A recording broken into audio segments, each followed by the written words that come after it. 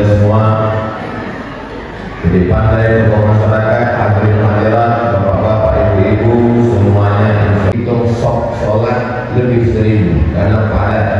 Bapak-bapaknya, ibu-ibunya, anak-anaknya, ditambah lagi keluar. Kalau kita bawa anak-anak kita ini sholat ke masjid, Allah bisa karena biasa, maka insya Allah masjid ini tetap tegak berdiri kokoh sampai hari kiamat penuh dengan sholat berjamaah. Sungguh yang penuh berkah ini kita baca kitab Mukhtasar At-Targhib wa Tarhib ditulis oleh Imam Al-Hafiz Al-Munziri, diringkas oleh Al-Hafiz Ibnu Hajar Al-Asqalani. Sungguh ini kita sudah sampai pada hadis yang ke-247. Qala al-musannifu rahimahullah bisanadihi.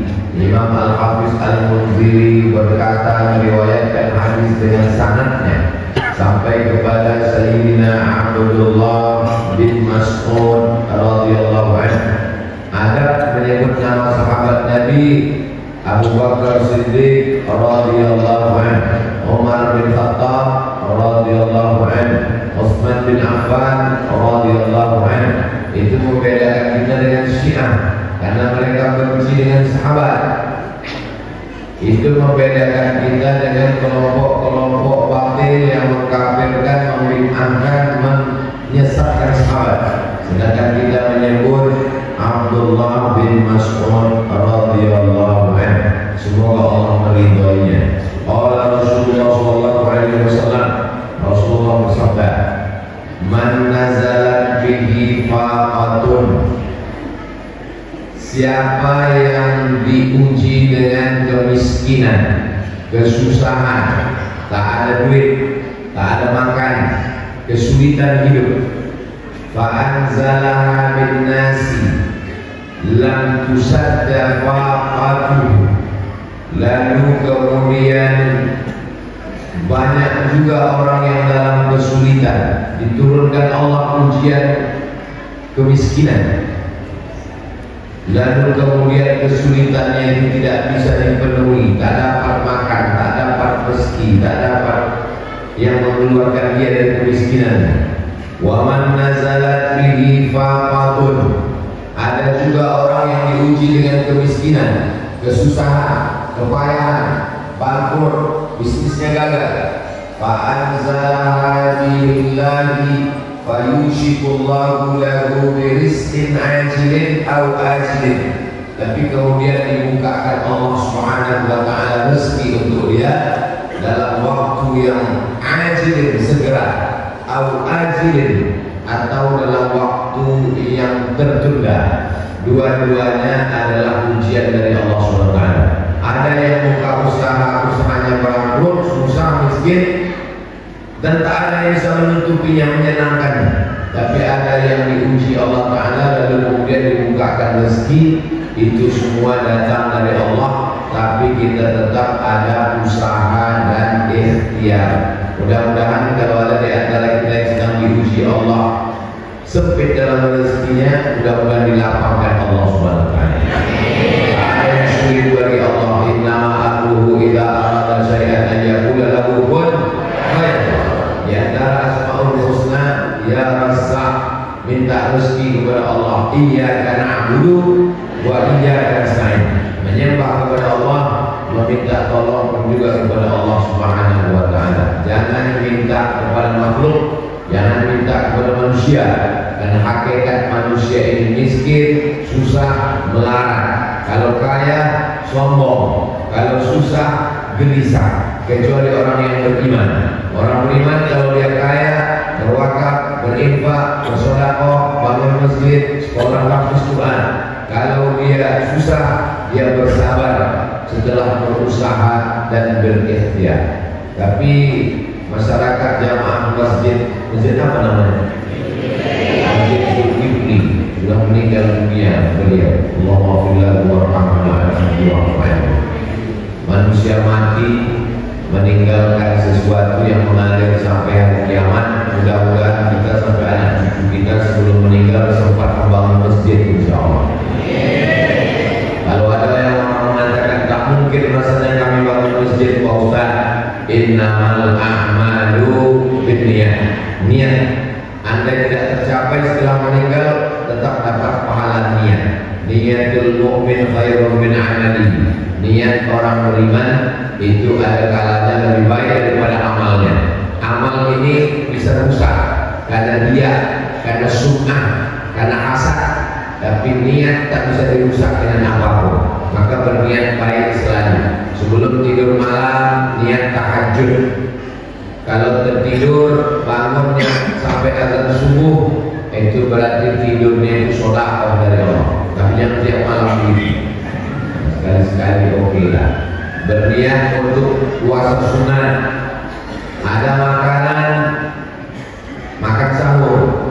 Sholat subuh, habis sholat subuh pulang istirahat, tak ada sarapan pagi. Idzan ana shaimun. Kalau begitu saya berpuasa. Puasa sunnah bisa dimulai sebelum matahari tergelincir, niatnya walaupun sudah terbit matahari, dengan syarat tidak ada makan apapun yang masuk ke dalam mulutnya. Nah, inilah pentingnya niat baik, maka berpikiran baik, akhirnya ada motivasi dalam diri. Melihat masjid yang besar, cantik, bagus, maka anak-anak kita pun kita ajarkan, nanti kamu sebelum meninggal dunia bangun masjid rumah Allah. Ini menunjukkan bahwa orang muslim mesti banyak duitnya, mesti ada usaha, mesti kaya raya. Man bana masjidan, siapa yang bangun masjid, Allah lahu baitan fil jannah, dibangunkan Allah untuknya satu tempat di dalam surga. Begitulah Allah Ta'ala memberikan jalan kepada kita semua supaya dunia ini jangan ditinggalkan, sesuai dengan doa Rabbana atina fid dunya hasanah wa fil akhirati hasanah wa qina adzabannar. Doa masuk masjid, Allahumma ftah li abwaaba rahmatik, bukakan pintu rahmatmu ya Allah. Keluar dari masjid, Allahumma inni as'aluka min fadlik, bukakan pintu rezeki. Nanti keluar dari masjid ini kita minta pintu rezeki dibukakan. Kenapa? Karena dengan dibukakan pintu rezeki, yang punya ruko, jaga tokonya, bisnisnya, yang punya kebun karet, kelapa sawit, pinang, itu semua rezeki dalam Islam dipakai untuk menolong agama Allah Subhanahu wa Ta'ala. Apalagi masjid kita ini ada namanya UPZ, Unit Pengumpulan Zakat. Dari UPZ ini nanti dikumpulkan ke Basnas, Badan Amil Zakat Nasional. Ini masuk Kota Pekanbaru atau Kabupaten Kampar? Masuk Kabupaten Kampar. Maka Kabupaten Kampar salah satu Basnas yang terbaik zakatnya dari dulu sampai sekarang. Saya pernah sosialisasi zakat di Basnas Kabupaten Kampar. Saya bilang jangan bayar zakat sendirian. Karena kalau bayar zakat sendirian, ke karyawan, ke tetangga, ke fakir miskin, ke kawan, tak banyak yang dapat. Bayarkan ke Basnas. Kebetulan waktu itu ada bapak-bapak, dia biasa bayar zakat langsung dibayarkannya sendiri. Kata dia, kalau saya bayar ke Basnas, keluarga saya tak dapat, tetangga saya tak dapat, karyawan saya tak dapat. Baru saya bayar langsung aja sendiri. Kebetulan ketua Basnas Kampar ada di situ, sedang sosialisasi. Dia tanya, Bapak kalau ngasih sendiri berapa Bapak kasih? Satu orang 500.000. Bapak bayar ke Basnas, kami dari Basnas bisa kasih lebih daripada itu. Jadi artinya kalau kita bayarkan sendiri itu tidak produktif, tidak banyak. Tapi kalau kita bayarkan ke UPZ, bayarkan ke Basnas, insya Allah lebih banyak manfaatnya. Mudah-mudahan semua jamaah dibukakan pintu rezekinya, dan kemudian bisa berzakat, berinfak dan bersedekah, insya Allah. Amin.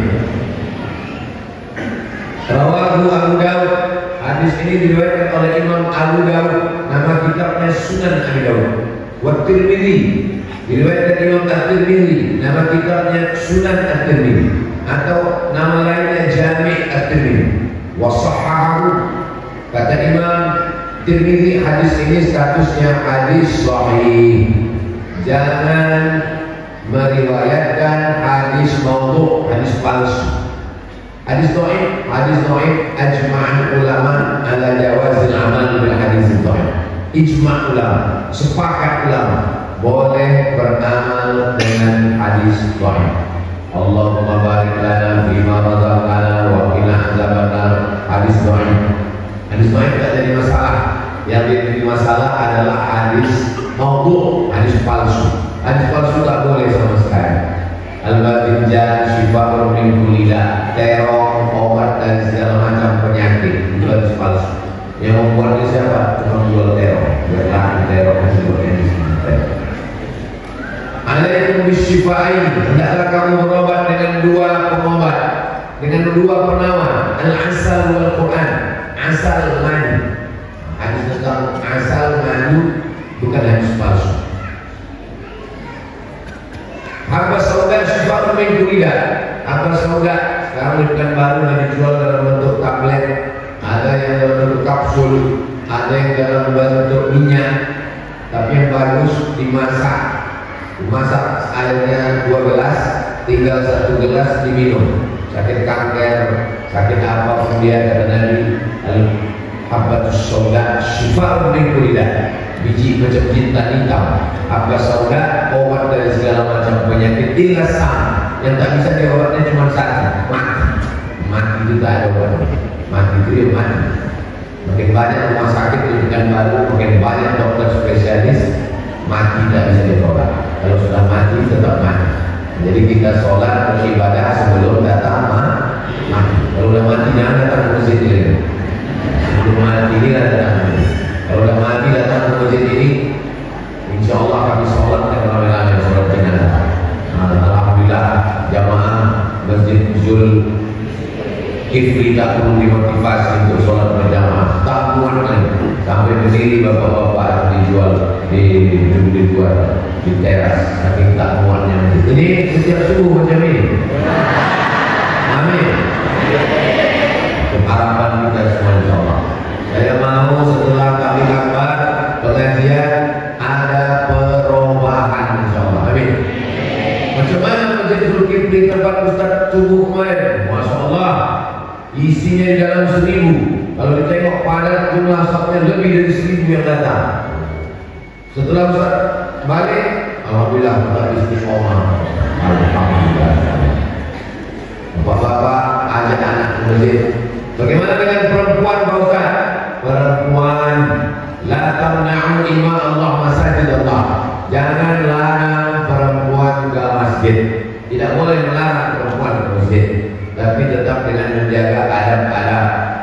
Dari rumah ke masjid pakai pakaian yang tidak sempit. Jangan ke masjid mukenanya ditenteng, mukena diletakkan di tengkuk pakai celana licin. Banyak orang masuk paret yang juga. Jangan ke masjid pakai solek-solek, biasa aja. Jangan ke masjid menimbulkan fitnah. Ada seorang ustaz, kawan saya, dia termasuk yang setuju perempuan itu ke masjid. Tapi satu hari setelah itu saya dikasih tahu, menurut aku baguslah perempuan itu di rumah aja. Saya terkejut, kenapa begitu Bang? Ya kakak kelas saya musik. Menurut aku baguslah perempuan itu di rumah aja Mak, tak usah ke masjid. Kenapa begitu Bang? Tadi aku ke masjid, yang belum datang, tak ada orang. Terus hampir aku pingsan. Tiba-tiba dari balik tirai, ada tirai antara laki-laki dan perempuan. Tiba-tiba dari balik tirai itu terdengar suara. Rupanya ibu-ibu di belakang cerita menggosip, ketawa, terkejut Ustaz, sangkanya kuntilanak kesiangan.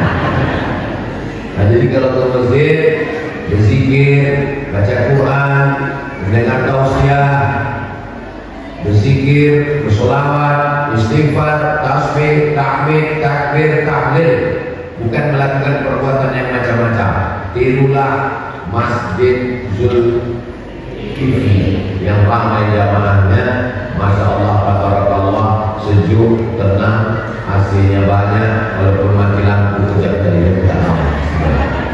Mudah-mudahan orang yang berwakaf masjid ini kalau dia masih hidup panjang umurnya, kalau sudah meninggal dunia dilapangkan kuburnya, diampunkan dosanya, diletakkan di tempat yang layak. Wal Hakim, ada imam namanya Imam Al-Hakim, nama kitabnya Al-Mustadrak. Imam Al-Hakim juga menyatakan hadis ini hadis sahih.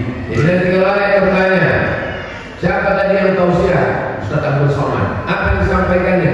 Hadis. Apa nama kitabnya? Mukhtasar At-Targhib wa Tarhib. Sahih hadisnya, sahih. Dia tak ada menyampaikan hadis palsu.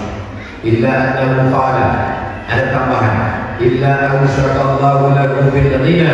Insyaallah yang ada dalam kesulitan-kesulitan, awsyakallahu lahu bil ghina.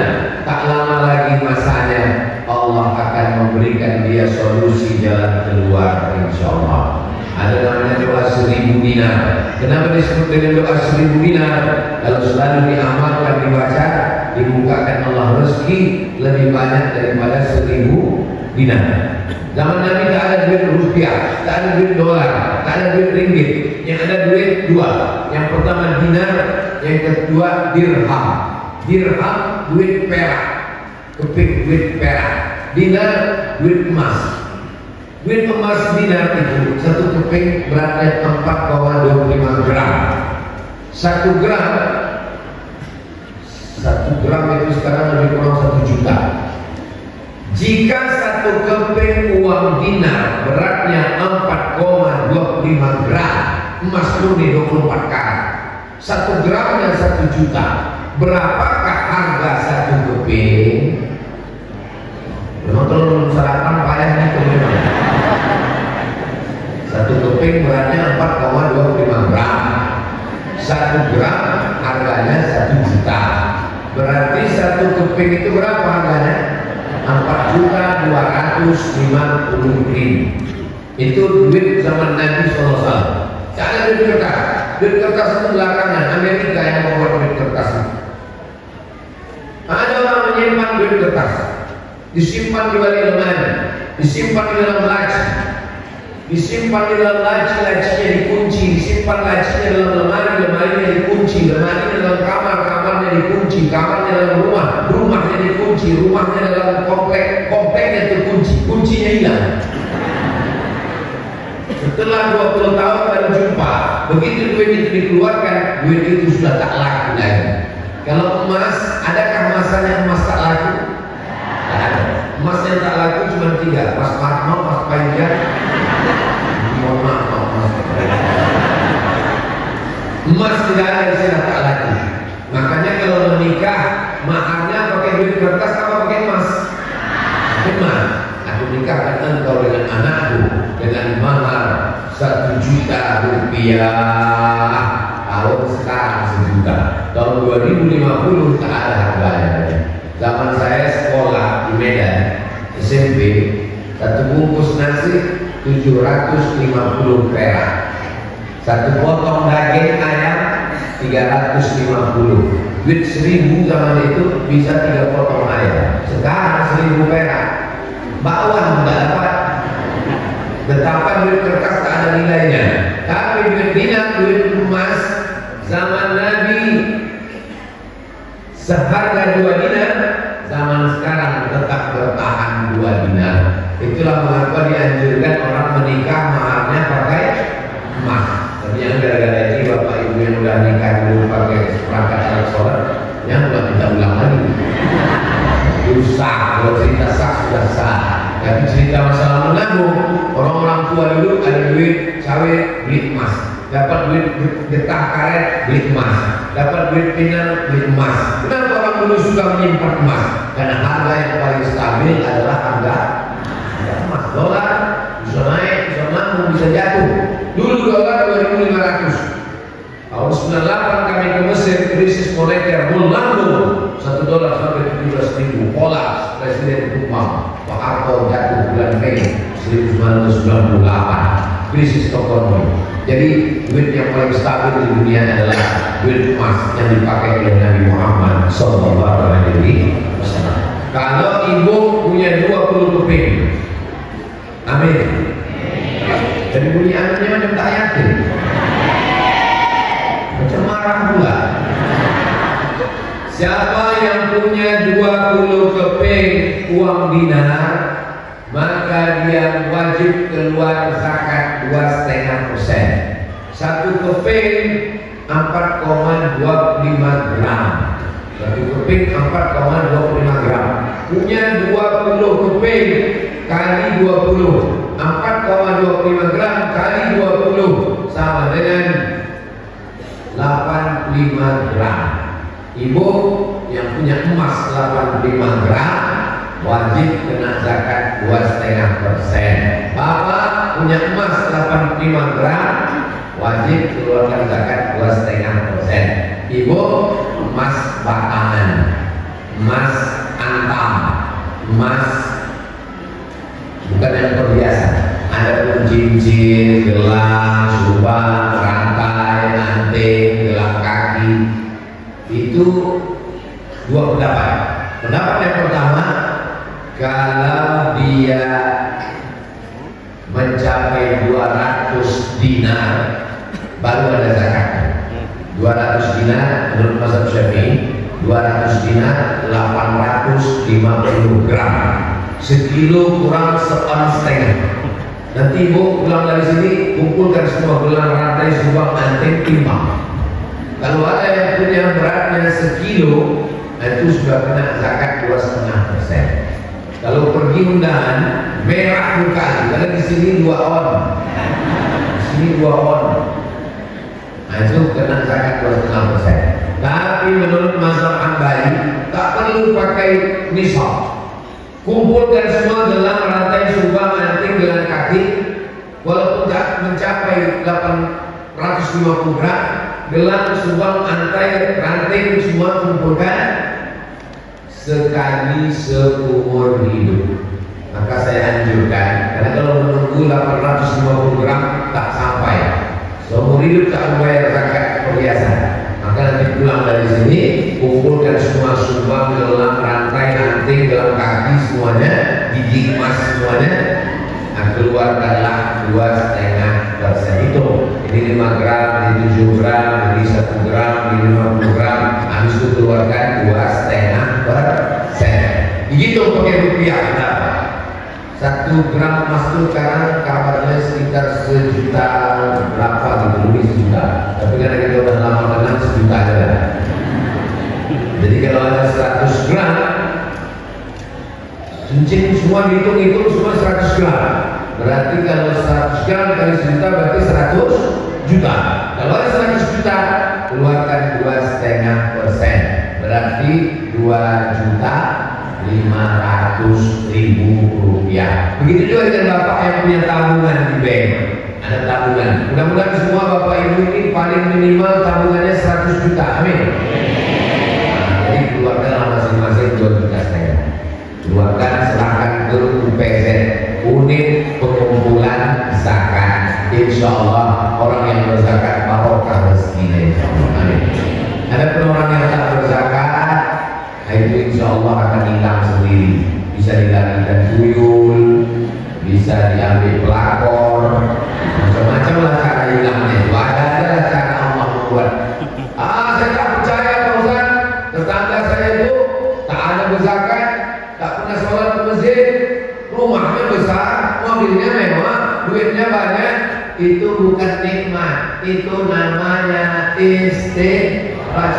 Pengedar narkoba kaya, koruptor kaya, itu namanya azab yang tertunda, azab berbaju nikmat. Bagaimana kita membedakan bahwa motor kita itu azab atau istidraj? Kalau dengan motor itu kita sering ke masjid, itu namanya motor nikmat. Tapi kalau dengan motor itu malah lupa ke masjid, itu namanya motor istidraj. Jadi kalau ada kawan kalian anak muda tak pernah ke masjid, nah tulis di motornya motor istidraj. Nah, saya di mana. Imma bimautin ajilin atau ghinan ajilin. Allah melepaskan kesulitan orang dengan dua cara. Yang pertama, bimautin ajilin, mati. Minta tema kaya bawa yang bisa mengejar bagi perempuan.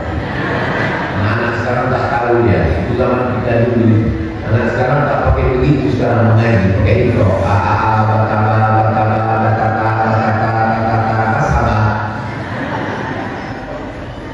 Allah melepaskan kesulitan orang itu dengan dua cara. Yang pertama, bimautin ajilin, mati dia. Maka kalau ada orang sakit, sabarlah. Kalau tak sehat, mati. Kalau ada orang susah, sabarlah. Kalau tak kaya, mati. Kematian adalah istirahat. Maka selalu kita katakan, marilah kita antar jenazah ini ke tempat peristirahatannya. Betul? Apa enggak betul? Ya kalau ini baik, kalau tak baik, mari kita antar jenazah koruptor ini ke tempat akhirat neraka jahanam. Kematian itu istirahat bagi orang-orang yang soleh, orang yang teraniaya, orang yang dalam keadaan sakit bertahun-tahun tak sembuh-sembuh. Kematian itulah istirahat. Orang kaya mati, orang miskin lebih cepat. Orang ganteng mati, yang tak ganteng setengah mati. Jadi jangan pernah takut tentang mati. Dan resiko hidup adalah mati. Berani hidup tak takut mati. Takut mati jangan hidup. Takut hidup mati aja. Orang kadang mau hidup tapi tak mau mati. Tapi jangan gara-gara ini juga balik pengajian tak ada takutnya mati. Tak pakai helm, tak pakai apa, lampu merah, simpang angkat panah mandut aja. Tak ada polisi. Kau kenapa tak pakai helm? Saya takut mati Pak Polisi. Kata polisi memang mati tidak, tapi kena hilang pasti. Yang kedua, bagaimana orang itu lepas dari kesulitannya? Yang pertama, bimautin ajilin, mati yang cepat. Yang kedua, rinan ajilin, pelan-pelan dibukakan Allah pintu rezekinya. Berapa banyak yang dulu datang merantau, sulit, susah, melarat, akhirnya bisnis dibukakan Allah rezekinya. Ketika datang tetangga orang kampungnya kata, kaya kau sekarang ya. Ini semuanya titipan Allah. Ini bukan punya saya, titipan Allah. Jadi bukan punya kau, bukan. Begitu diambil Allah stres. Ini berarti omongannya tak sesuai dengan perbuatannya. Lipstick aja cakapnya itu. Padahal dia bilang itu semuanya titipan Allah. Kalau memang betul titipan Allah, berarti tak marah waktu dia ambil Allah. Yang paling ikhlas tentang nikmat ini adalah tukang parkir. Wapal ke Jalan Sudirman, mobil-mobil pejabat lewat, mobil orang kaya, harganya 2 miliar, diambil orang. Pernah tukang parkir kemana? Mana pernah? Jangan bawa apa? Apa kata dia? Ini semuanya titipan Allah. Nanti dan kasih 3.000 selesai. Begitu juga lah hidup kita ini. Akhrajakum min butuni ummahatikum la ta'lamuna syai'a. Kamu keluar dari perut ibu kamu tak membawa apa-apa. Kita keluar dari perut ibu kita tak membawa apa-apa. Mohon maaf. Ada jamaah Masjid Zulkifli yang lahir membawa surat tanah? Tak ada. Ada yang lahir membawa STNK BPKB? Tak ada. Lahir ke dunia ini tak membawa baju sehelai, tak membawa. Tak ada dalam sejarah ditulis berita seorang bayi lahir pakai pempes. Tak ada, itu titipan Allah semuanya. Seragam, polisi, tentara, pejabat, PNS, orang kaya, hakim, pengacara. Kalau sudah mati lepas semuanya, diganti kain. Kamu pakai batik. Kain kapan? Semuanya lepas, semuanya tinggal. Datang miskin, balik miskin. Datang tak membawa apa-apa, mati pun tak membawa apa-apa. Bagi adik-adik yang ada usaha baju kaos, boleh ditulis. Datang miskin, balik miskin.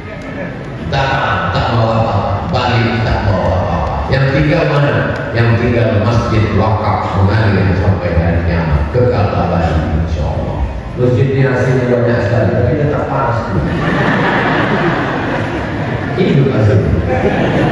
Masya Allah. Masjid ini AC-nya hidup, kipasnya hidup. Kenapa panas? Karena orang datang sholat berjamaah melimpah ruah.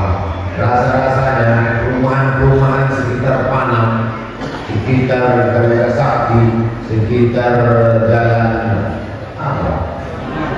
Wow, inilah masjid yang paling bagus, paling besar. Iya, masjid kan masjid lain. Masjid lain kecil, usaha kita, bangunan yang tak bagus, tapi masjid ini Masya Allah luar biasa bagus. Mudah-mudahan developer lain dari bawah yang kemari untuk menengok, biar tahu di cara bermasjid yang bagus.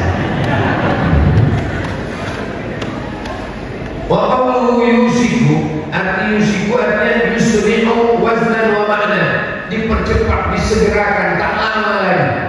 Jadi Nabi itu selalu memberikan motivasi. Jadi kalau datang orang mengadu ke saya, Ustaz, bisnis saya ini sejak Covid susah, tak lama lagi Allah akan membukakan rezeki.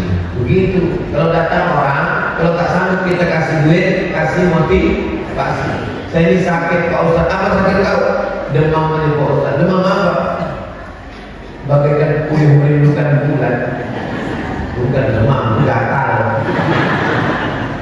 Jadi sakit Pak Ustaz, insya Allah kalau cepat sehat. Menjenguk orang sakit, menjumpai orang susah, jangan terlalu jujur. Ini jenguk orang sakit, tengok kalau sakit mencoba ini tak sampai di mana selesai. Ustaz, saya diponis dokter mati Pak Ustaz. Jangan rusak akidah. Boleh jadi dokter itu lebih dulu mati daripada. Bangkit semangat dia. Alhamdulillah kalau mau belajar dokter semua bangkit semangat. Setelah pergi dokter boleh. Jadi kita memberikan semangat. Nabi selalu memberikan semangat. Apa kata Nabi? Yushiku, tak lama lagi, segera Allah akan membukakan pintu rezeki. Tak ada yang sulit bagi Allah, tak ada yang susah bagi Allah Subhanahu wa taala. Ditelan dalam perut ikan, bisa keluar dalam keadaan hidup berserah kepada Allah. La ilaha illa anta subhanaka inni kuntu minas shalihin. Sakit tak sungguh-sungguh, sehat berdoa kepada Allah.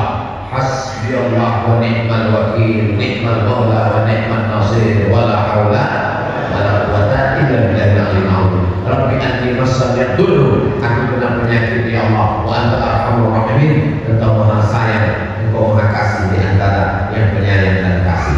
Kita mengaji ini sampai sholat sunat isyraq, sampai waktu sholat sunat isyraq, kita sholat sunat 2 rakaat. Habis itu baru saya jawab pertanyaan-pertanyaan. Begitu Ustaz Anwar. Sampai sholat maghrib sekarang jam berapa?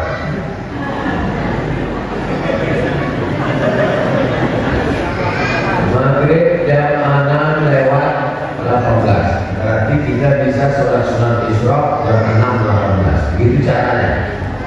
Kalau untuk waktu bukan baru. Kalau bingung kapan kita sholat sunat isyraq, contoh 6:18 berarti jam 6:18 nanti kita sholat sunat isyraq.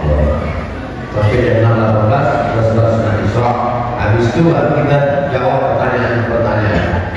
Kabarnya habis pertanyaan itu ada sarapan pagi bersama di rumah masing-masing. Berikutnya hadis yang ke-248. Waruwiya an Abi Hurairah, diriwayatkan dari sahabat Nabi namanya Abu Hurairah radhiyallahu anhu. Qala, dia berkata, qala Rasulullah sallallahu alaihi wasallam, Rasulullah bersabda, man ja'a, siapa yang lapar. Apa itu lapar? Kali dah makan kue tadi di belakang. Man ja'a, siapa yang lapar. Awit taja, atau dia berhajat, membutuhkan sesuatu. Fakatama nasa, tapi dia menyembunyikan diam. Jelas seperti jamaah masjid Zulkifli, lapar tapi dia diam. Kalau saya tanya dia lapar, jadi rupanya dia mengamalkan hadis. Manjaan, siapa yang lapar.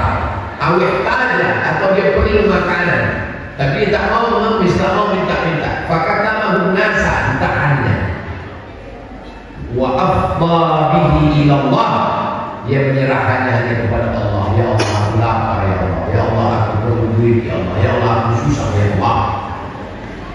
Kana haqqan 'ala Allah an yaftaha lahu quta sanatin, maka Allah bukakan untuk dia rezeki satu tahun.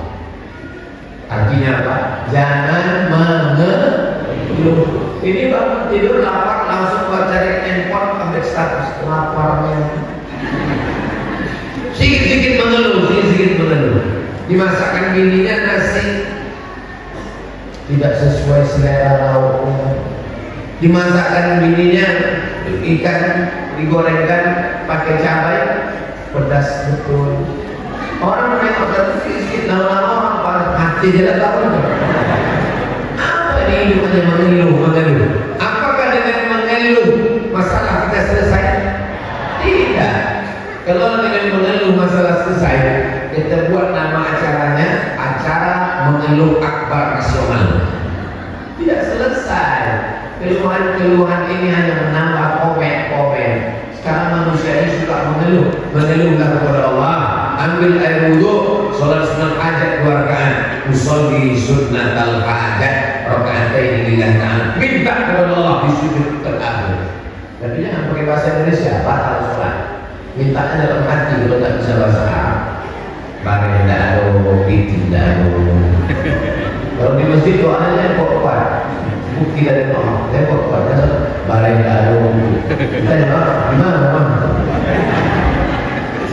Tapi bila Allah Subhanahu wa Ta'ala, siapa yang lapar, membutuhkan sesuatu, ditahannya lidahnya tak bercakap, tak minta sama orang, dia meminta hanya kepada Allah, karena haqqan 'ala Allah, maka hak bagi Allah Subhanahu wa Ta'ala an yafta'ala quta sanatin min halal, dibukakan Allah baginya rezeki 1 tahun min halal, dari jalan yang halal.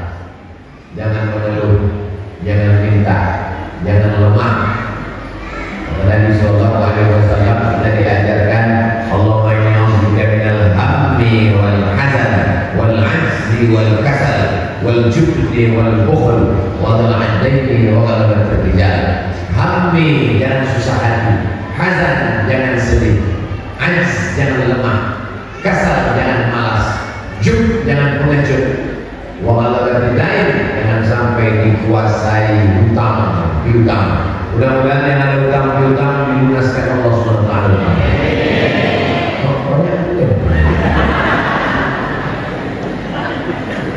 Rawahu Tabrani, hadis ini diriwayatkan oleh Imam At-Tabrani bil Awsat, nama kitabnya Al-Mu'jam Al-Kabir, Al-Mu'jam As-Shaghir, Al-Mu'jam Al-Awsat. Hadis ini ada dalam kitab Al-Mu'jam Al-Awsat. Ada orang sampai tidak sholat gara-gara mencari rezeki.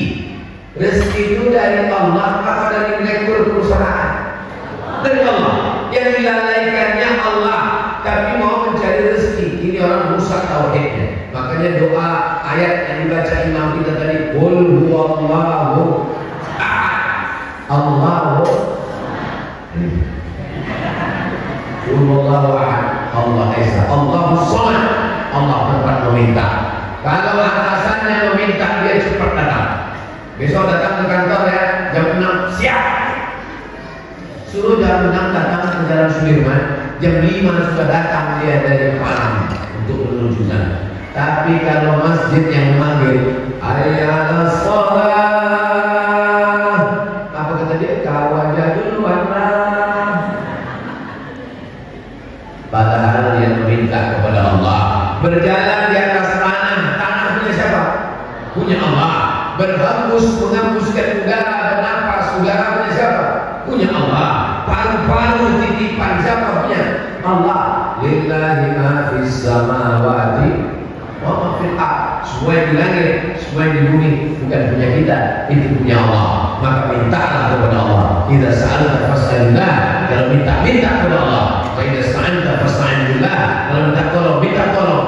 Jangan berharap kepada manusia. Berharap kepada manusia kecewa. Betul atau betul? Pernah juga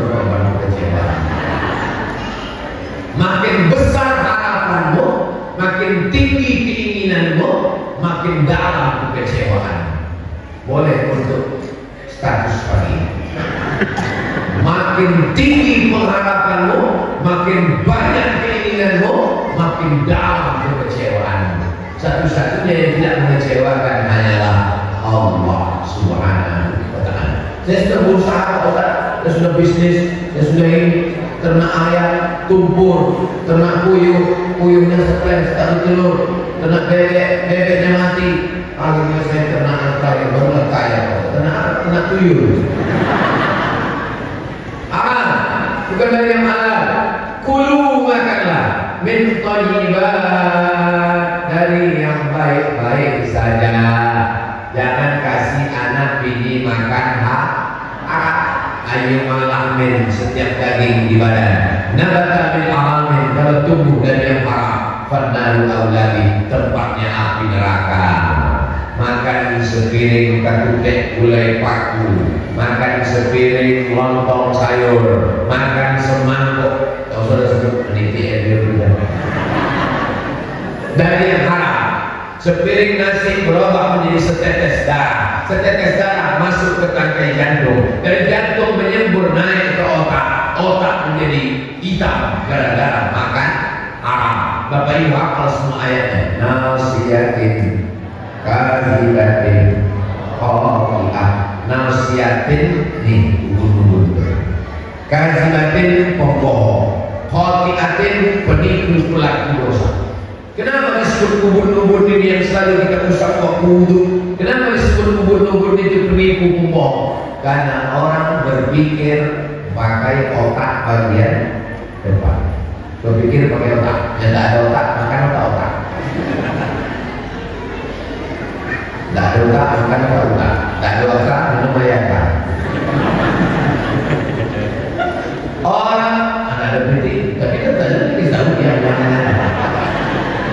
Orang akan berpikir dengan pikiran positif kalau dia makan haram, makan halal. Tapi kalau makan haram, nasiyatin, kazibatin, khati'ah, ubun-ubun otak bagian depan, penipu, pembohong, pelaku dosa. Jangan kasih anak bini makan haram. Seorang suami pulang dari kantor bawa duit 1 koper, sampai ke rumah apa kata istrinya? Abang, jangan kasih kami makan haram, karena kami tidak mau otak kami kotor, daging kami menjadi santapan api neraka. Sayangnya cerita ini cuma ada di sinetron. Di kehidupan nyata orang tak lagi peduli halal haram, hantam promo, bantai saya tiba sudah. Mudah-mudahan kita semua diselamatkan dari yang haram-haram ini, insyaallah. Itulah hadis yang dapat kita kaji subuh ini. Kita akan lanjutkan dengan sholat sunat Isra' rakaat. Usolli sunnatal Isra' raka'ataini lillahi ta'ala. Apa pahalanya? Man sholat sunnah berjamaah, dia sampai sholat subuh berjamaah. Summa qala yazkurullah, duduk berzikir dengan Allah hatta taqum asyam, sampai terbit matahari. Summa yusolli raka'ataini, sholat sunat 2 rakaat. Karena lahu ka'ajri hajatin umrah, dapat pahala seperti haji dan umrah. Hadisnya ada dalam Sunan Tirmidzi, hadis hasan. Tamah, sempurna. Ayatnya bebas. Pakai Wadduha bagus, pakai Alam Nasrah bagus, pakai Kulhu bagus. Kulhu pun tak hafal, tak usah ya. Surat Isra'